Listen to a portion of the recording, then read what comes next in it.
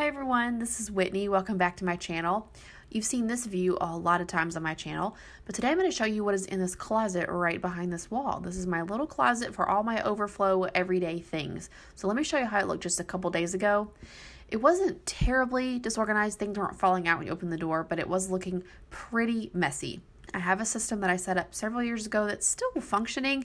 I just really needed to weed out and kind of get rid of the extra stuff and just clean it back up. So over here, then this had gotten really out of hand, just was messy and overflowing, too much stuff. So I'm going to show you, I took everything out shelf by shelf and just reorganized it. Did not take me long at all. It took me about a half an hour to reorganize this big mess of a closet.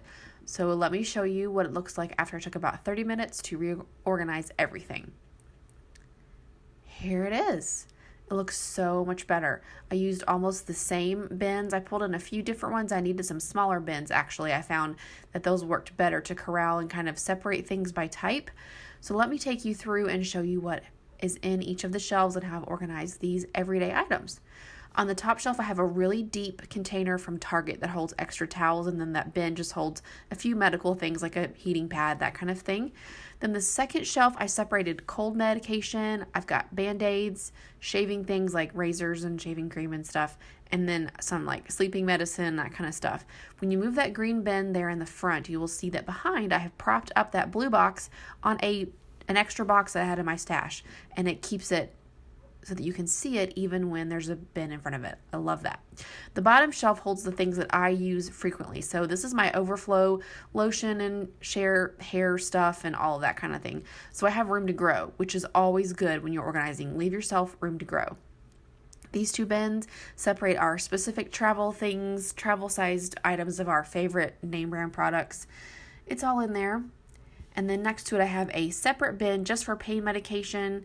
I found that it's easier to keep that separated from the cold medication for people that have a hard time finding what they're looking for. It's really easy to have it separate. Then over here, I have a little hook with a loofah hanging there. Hooks are great. I don't think we use them enough in organizing. I have a little bin of contact cases. If you have a contacts wearer in your life, you know that you always need a couple of those on hand. And then Blistex. Paul always has that on hand, so I just made a little hook there and it hangs right there. And then on the door, again, I have this 3-pocket organizer. I think it's from the Dollar Tree. I've had it for a long time, so I just straightened up and reorganized all of our travel size. We have a lot of travel size items. My husband does a lot of sports for work, and so he's often traveling and having to shower in a locker room, so he needs a lot of this stuff. It looks so much better. It took about a half an hour. So I hope that this was helpful for you to see how you can organize a small space and definitely on a budget. One of the things I tried to remember when I was redoing this space just earlier this week was that it's okay for the containers to be different colors. They don't all have to match. As long as it functions well and it looks pleasing when everything is just organized. It doesn't have to be totally matchy-matchy. So I hope this was encouraging for you, and I hope that you will tackle a closet or a space that's gotten out of control and see what you can do in a half an hour. Thanks for watching, and I will see you in the next video. Bye!